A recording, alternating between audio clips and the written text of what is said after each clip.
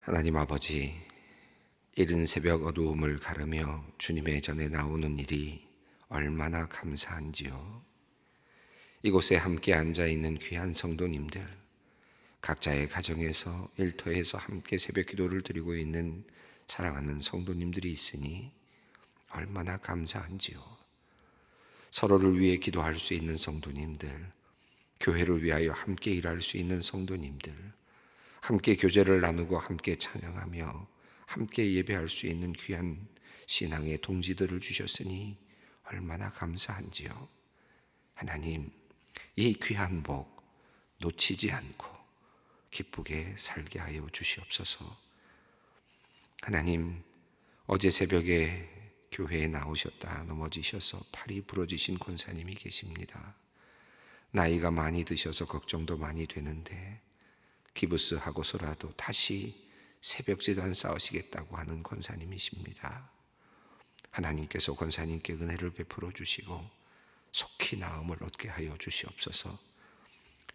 빠르게 부러진 뼈가 붙게 하시고 그의 발걸음이 견고하게 하셔서 다시는 넘어지지 않도록 주님 지키시고 보호하여 주시옵소서.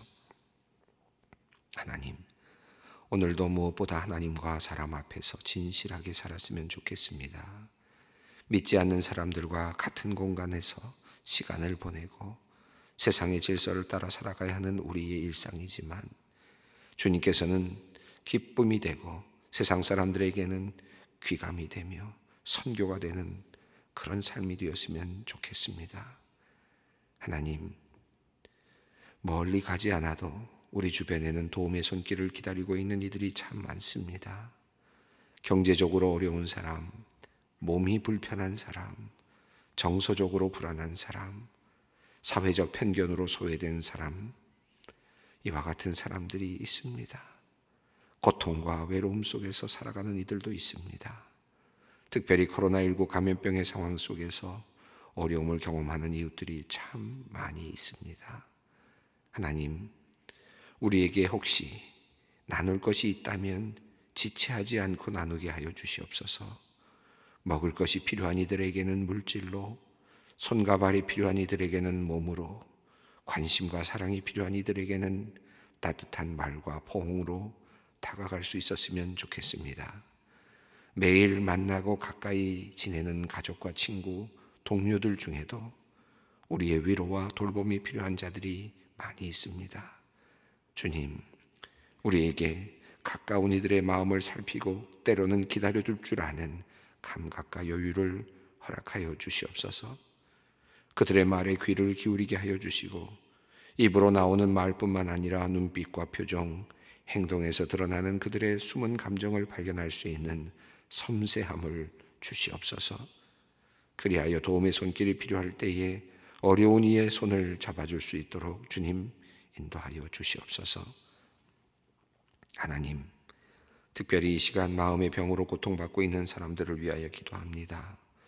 우울과 분노, 무기력 등이 그들의 실존과 삶에 더 이상 어떤 힘도 행사하지 못하도록 주님께서 그들을 지키시고 보호하여 주시옵소서. 그들의 마음을 이해하며 기도해 줄 사람들을 주님 보내어 주시옵소서. 무엇보다도 그들 자신이 자신의 속마음을 용기 내어 직면하고 힘든 순간에 주님께 도움을 구할 수 있었으면 좋겠습니다. 마음의 병을 부끄러워하거나 수치스럽게 여기지 않게 하시고 병을 고치는 일에 최선을 다하여 온전한 건강 회복케 하여 주시옵소서. 하나님, 이 시간 자녀를 갖지 못해 아파하는 성도님들을 위하여 기도합니다. 하나님께서 그 가정에 생명을 허락하여 주셔서 자녀를 키우고 돌보는 기쁨을 그들이 누릴 수 있기를 소망합니다. 자연 임신이 어려워 의술의 도움을 여러 차례 받았으나 반복되는 실패로 몸과 마음이 지쳐있는 이들도 있습니다. 그들의 눈물을 닦아주시옵소서. 실망한 마음 위로하여 주시옵소서. 주님, 부부가 한 마음이 되게 하시고 이 기다림의 시간을 통해서 서로를 더욱 깊게 사랑하고 이해할 수 있게 하여 주시고 주님께서 주시는 귀한 생명 받아 주님의 은혜를 누릴 수 있도록, 은혜를 은혜로 알고 누릴 수 있도록 주님께서 그들의 태를 열어 주시옵소서. 결혼을 앞둔 성도들을 위하여 기도합니다. 좋은 짝을 만난 것에 대한 기쁨과 기대가 있지만 한편으로 미래에 대한 두려움과 걱정도 있습니다. 주님께서 늘 함께 하신다는 믿음을 그들이 잃지 않게 하여 주시옵소서. 믿지 않는 배우자를 만나게 되어 타종교를 믿는 가정의 아들 혹은 딸과 결혼하게 되어 눈물하며 주님께 기도하는 이들도 있습니다. 그들의 기도가 주님께 상달되어 비록 지금 어렵게 가정을 이루고 있지만 장차 주님의 귀한 자녀들이 되어 주님을 남편과 아내가 한 마음으로 섬기며 복을 누리는 귀한 역사가 주님의 은총 가운데 있게 하여 주시옵소서. 하나님, 직장 생활을 하는 이들을 위하여 기도합니다. 책임감을 가지고 날마다 일터로 향하는 이 땅의 직장인들의 몸과 마음 주께서 지켜주시옵소서. 일할 수 있음에 감사하게 하시고 이를 통해 보람을 느끼게 하시며 업무뿐만 아니라 동료들과의 관계를 통해서도 즐거움과 위로를 느끼게 하여 주시옵소서. 각종 안전사고들이 생기지 않도록 보호하여 주시고 부당한 관계들로부터 해방시켜 주시며 과도한 업무가 이어져 개인의 쉼이 사라지지 않도록 하나님 구조적인 문제와 업무 환경을 주님께서 개선하여 주시옵소서. 소망의 성도님들을 위하여 기도합니다. 오늘도 병원에서 주님께 기도하는 이들을 주님께서 긍휼히 여겨주시고 주님 속히 회복케 하여 주시옵소서. 이제 하나님의 말씀 앞으로 나아갑니다. 주님 말씀의 능력 경험하는 시간이 되기 원합니다.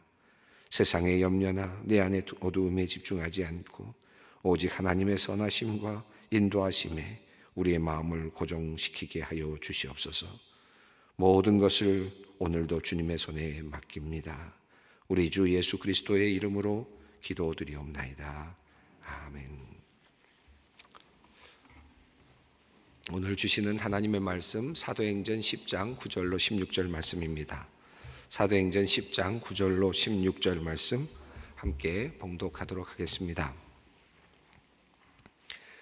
이튿날 그들이 길을 가다가 그 성에 가까이 갔을 그때에 베드로가 기도하려고 지붕에 올라가니 그 시간은 제6시더라.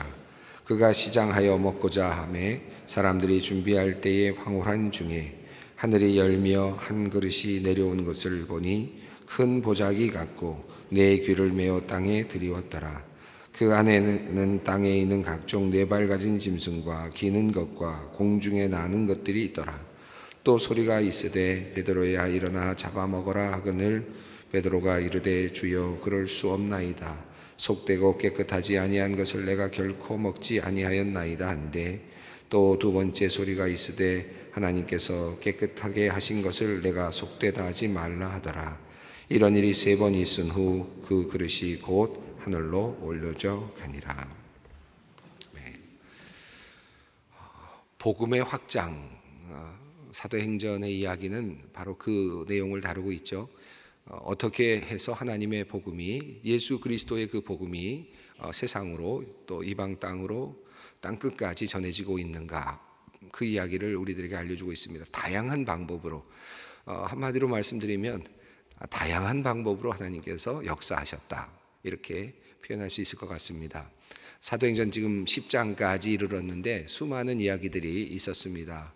성령의 강림이 있은 후에 모든 사람들이 방언을 하게 되었고 예루살렘에 있었던 많은 사람들이 그 복음을 듣고 3,000명이나 함께 회심을 하고 세례를 받는 그런 놀라운 역사가 순간적으로 일어나면서 폭발적인 그런 기독교의 어떤 출발이 있었습니다. 성령의 강림과 더불어서 언어가 열리고 그리고 방언이 열리는 그런 모습들을 살펴보죠.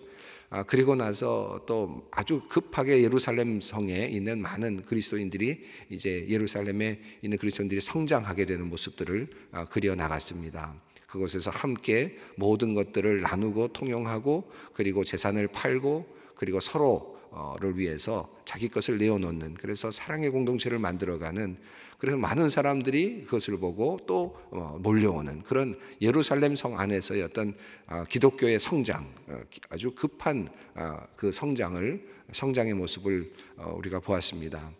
그리고 나서 그 급한 성장과 더불어서 이제 헬락의 유대인들이 예수 그리스도를 믿게 되면서 또 7 집사를 선택하게 되고, 그리고 나서 스데반의 죽음이 있었습니다.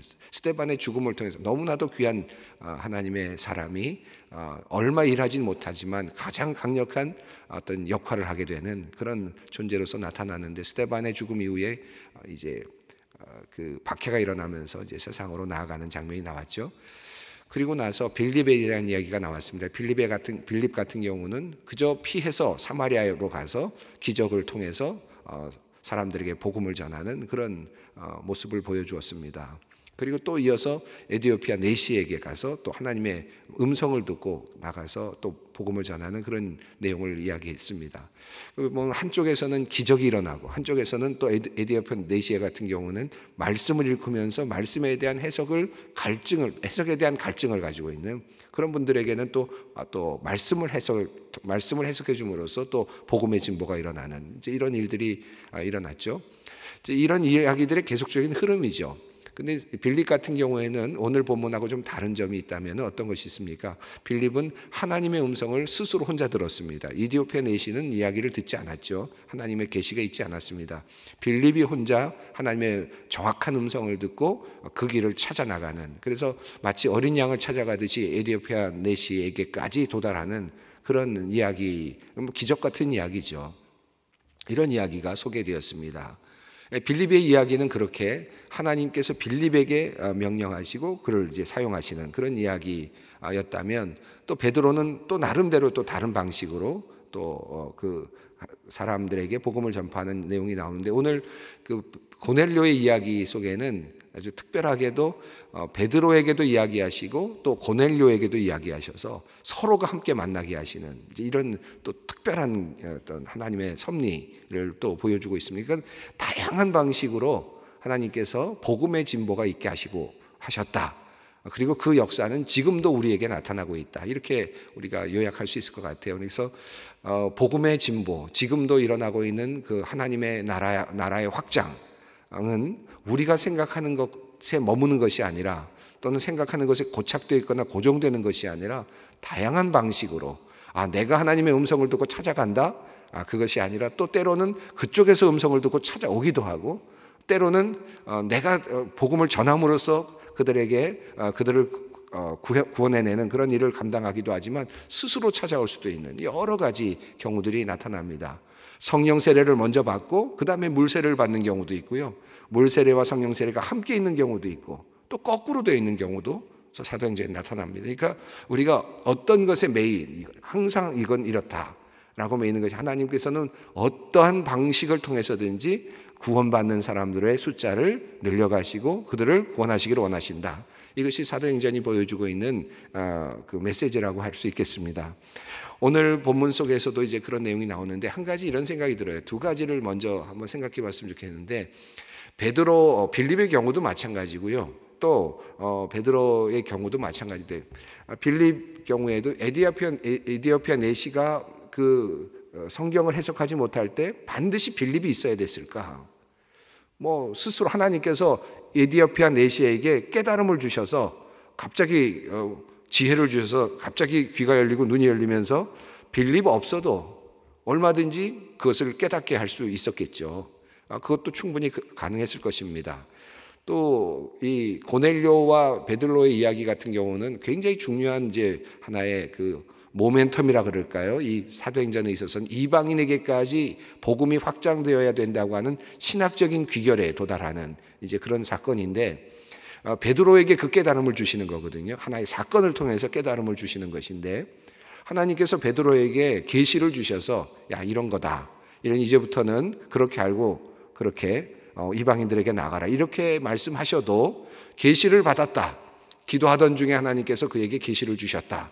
이렇게 해도 될 것 같은데, 하나님께서는 그렇게 하지 아니하시고 고넬료를 만나게 하시고 특별한 케이스를 통해서 그들이 아주 기적적으로 만나게 하시는 경험을 만드시고 사건을 만드신 다음에 거기서 깨달음을 주시는 이런 모습들을 우리가 보게 되죠. 그러니까 이 하나님의 역사는 단순하게 앉아있는 것에서 묵상을 통해서만 깨달음을 주시는 것이 아니라, 하나님은 그 기도의 자리에서 뿐만 아니라 삶의 자리에서 하나님께서 만나게 하심으로 또 어떤 사건들과 연루되게 하심으로 그 안에서 깨달음을 주시고 말씀과 더불어서 깨달음을 주시면서 그 깨달음을 더욱더 확고하게 해주신다.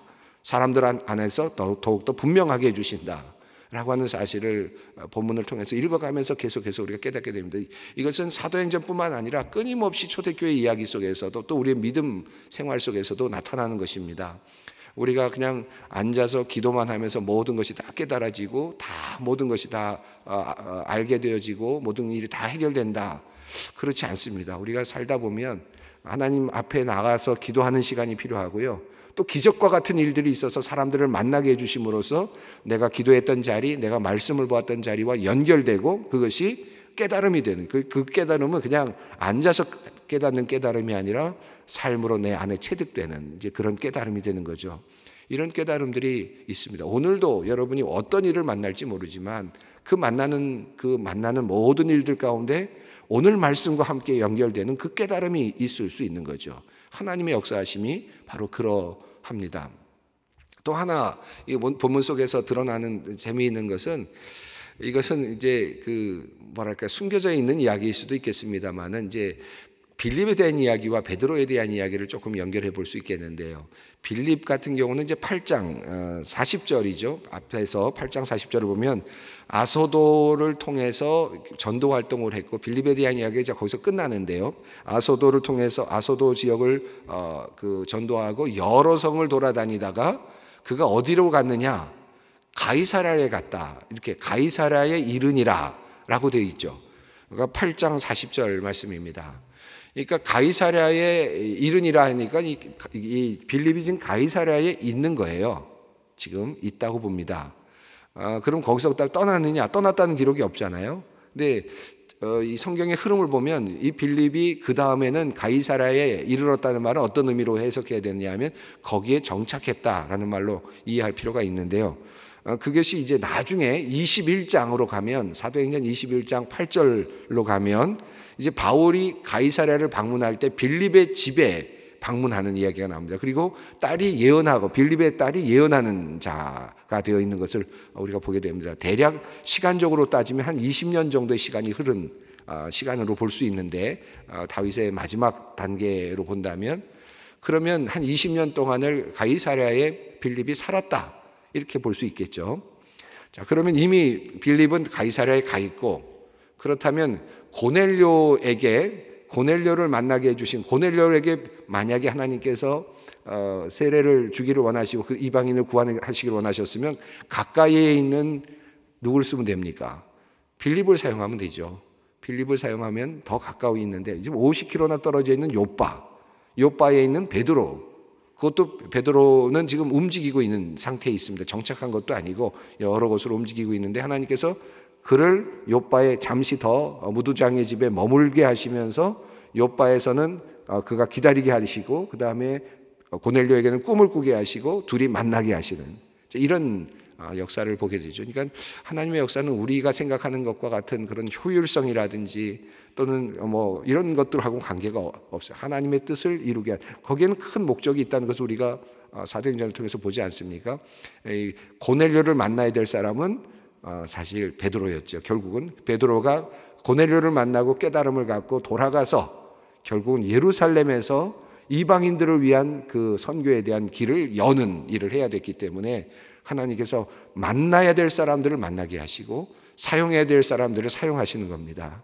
그래서 이거 당연히 이 사람이 해야 되는데 가까이 있으니까 내가 더 훨씬 더 내가 더 능력자인데 예를 들면 우리가 일하다 보면 어떨 때는요 교회를 하다 보면 나는 내 전공은 뭐 음악인데 내 전공은 뭐 미술인데 내 전공은 경제인데 뭐 내 전공은 정치인데 예를 들면 이런 게 있지 않습니까? 내가 좋아하는 것도 있고 근데 어떤 교회를 하는데 혹시 나는 음악을 했는데 음악하고는 전혀 관계없는 일을 시키나 이런 경우도 있죠.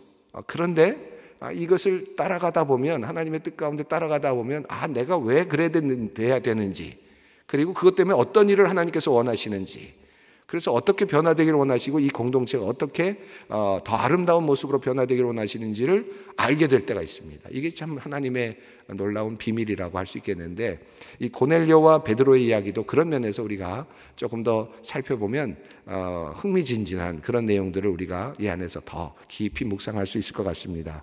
자, 9절 말씀 읽어보겠습니다. 이튿날 그들이 길을 가다가 그 성에 가까이 갔을 그때에 베드로가 기도하려고 지붕에 올라가니 그 시간은 제6시더라. 자, 이튿날 하나님께서 고넬료에게 그 전날 이미 말씀을 하시고, 그리고 즉시로 지금 고넬료는 사람을 보냈습니다. 그리고 50km 정도니까 하루 정도 걸렸겠죠. 그분들이 이제 도착할 때쯤 되었을 것입니다. 그들이 그 성에 가까이 갔을 그때에 아주 정확하게 시간을 하나님께서 지금 이렇게 맞추어 주고 계시는 것을 우리가 볼 수 있습니다. 베드로는 기도하려고 지붕에 올라갔다. 아마 조용하게 기도하기 위해서 지붕에 올라간 것 같은데, 이 지붕은 이렇게 우리처럼 그런 이렇게 뾰족한 지붕이 아니라 보통은 열려져 있는 그런 하나의 옥상과 같은 그런 곳이니까 그런 곳에서 홀로 주님께 기도하는 그런 자리였던 것 같습니다. 육시다라는 말은 그 히브리 시간으로 보면 정오입니다. 정오 시간에 그가 기도하러 올라갔습니다. 배도 고플 법합니다. 아침을 얼마나 먹었는지 모르지만. 자, 그래서 10절 말씀 읽어봅니다. 그가 시장하여 먹고자 하며 사람들이 준비할 때에 황홀한 중에.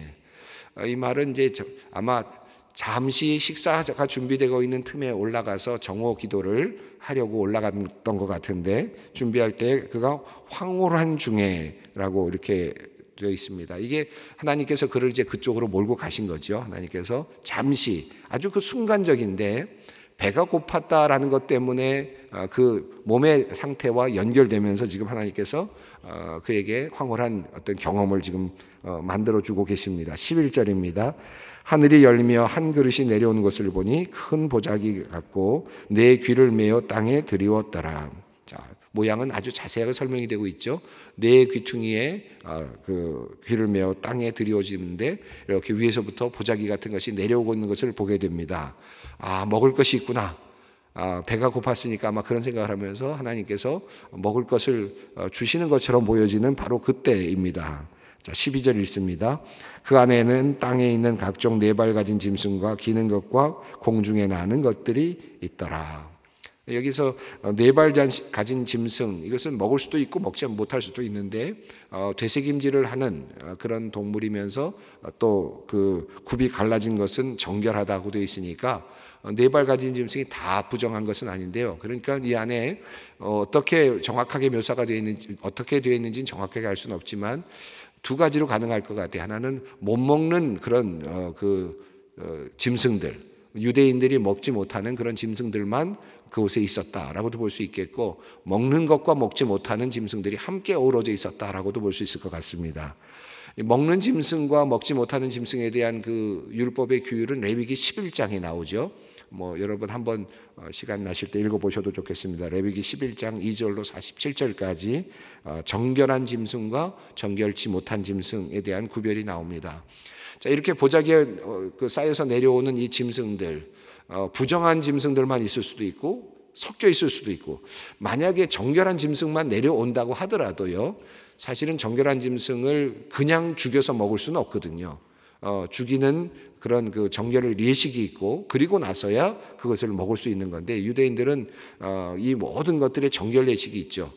여러분 이스라엘 가보신 분들은 아시겠습니다만은 접시 하나들, 그들이 먹고 있는 그 접시 하나도 다 그 정결한 예식을 통해서 그렇게 순화된, 그러니까 하나님께 받아들여진 것을 놓고 먹거든요. 그래서 잘못된 다른 그릇이 들어오거나 그러면 어떤 식당에서든지 그것을 거부하거나 그런 경우들 아마 여러분 이스라엘 같은 데 가시면 경험하셨을 텐데요. 그렇게 그릇까지도 모든 것까지도 다 정결하게 하려고 하는 그런 민족인데, 그들에게 지금 이런 그냥 먹으라, 이것은 굉장히 받아들이기 어려운 그런 것일 것입니다. 13절 말씀 읽습니다. 또 소리가 있으되 베드로야 일어나 잡아먹으라 하거늘. 14절 읽습니다. 베드로가 이르되 주여 그럴 수 없나이다. 속되고 깨끗하지 아니한 것을 내가 결코 먹지 아니하였나이다 한데. 에스겔서 4장 14절을 보면 부정한 떡을 하나님께서 먹으라고 하실 때 에스겔이 먹지 않겠나이다 라고 말하고 있는데 비슷한 장면입니다. 베드로는 지금 강력하게 먹지 않겠다라고 그렇게 이야기합니다. 내가 이건 받아들일 수 없다. 난 지금까지도 먹은 적이 없습니다 라고 이야기를 합니다. 15절 16절 읽습니다. 또 두 번째 소리가 있으되 하나님께서 깨끗하게 하신 것을 내가 속되다 하지 말라 하더라. 이런 일이 3번 있은 후 그 그릇이 곧 하늘로 올려져 가니라. 하나님께서 깨끗하게 하신 것을 내가 속되다 하지 말라. 결코 그럴 수 없다. 네가 너 이건 먹어라. 죽이고 이것을 죽여서 네가 먹어라 라고 말씀을 하시자 결코 그럴 수 없습니다. 그래서 3번 또 아니라고 합니다. 그래서 이 베드로에게는 3번이라고 하는 3번의 부정, 또 3번의 시인, 그리고 3번의 또 거절이 있습니다. 베드로가 하나님 예수 그리스도를 3번 부인하지 않습니까? 요한복음 18장에서, 그리고 또 요한복음 21장에서 네가 나를 사랑하느냐 물으셨으니 내가 주를 사랑합니다. 주께서 아십니다. 또 3번 이야기하죠. 근데 이번에는 이거 먹어라 그러시는데 결코 먹을 수 없습니다를 3번 반복을 합니다. 자기는 받아들일 수 없다 이렇게 이야기를 합니다. 이 말씀은 이제 이방인들 이 당시만 하더라도 그는 이제 깨달음은 없었죠. 이 깨달음은 없었지만 지금 이 깨달음을 이 꿈을 통해서 이제 새로운 이제 사고의 진전이 일어나게 됩니다. 그는 지금 나는 결코 이것을 먹을 수 없습니다. 부정한 것을 받아들일 수 없습니다. 라고 이렇게 주님 앞에서 강하게 거부하고 있습니다. 오늘 이 아침 내가 거부하고 있는 이 나는 먹을 수 없습니다. 이걸 그냥 단순하게 내가 먹을 수 없다. 그저 이렇게 생각한 하나의 정결례로만 생각할 것이 아니라 우리도 그렇지 않습니까? 우리 인생 속에서 나는 저 사람만큼은 받아들일 수 없습니다. 저 사람만큼은 상종 못합니다. 저 사람만큼은 아닙니다. 결코 그럴 수 없습니다. 함께 먹고 마셔라 하는 그 자리에서 나는 절대로 그 사람하고는 할 수 없습니다. 결코 그럴 수 없습니다. 나는 정결합니다. 나는 깨끗합니다. 저는 더럽습니다. 저 사람은 더러운 사람입니다. 우리가 우리 인생을 통해서 그런 경험들이 많이 있는데 이 묵상은 조금 더 우리가 다음 시간에 더 이어가겠습니다. 오늘 이 자리에서도 결코 그럴 수 없나이다. 나는 무엇을 향하여서 주님 앞에서 그렇게 말하고 있는가? 나는 내가 얼마나 내가 하나님 앞에서 나 스스로가 정결하다고 이야기하는가? 한번 이 마음을 가지고 오늘 본문 말씀과 더불어서 함께 기도의 자리에 나갔으면 좋겠습니다. 하늘에 계신 우리 아버지의 이름을 거룩하게 하시며 아버지의 나라가 오게 하시며 아버지의 뜻이 하늘에서와 같이 땅에서도 이루어지게 하소서. 오늘 우리에게 일용할 양식을 주시고 우리가 우리에게 잘못한 사람을 용서하여 준 것 같이 우리 죄를 용서하여 주시고 우리를 시험에 빠지지 않게 하시고 악에서 구하소서. 나라와 권능과 영광이 영원히 아버지의 것입니다. 아멘.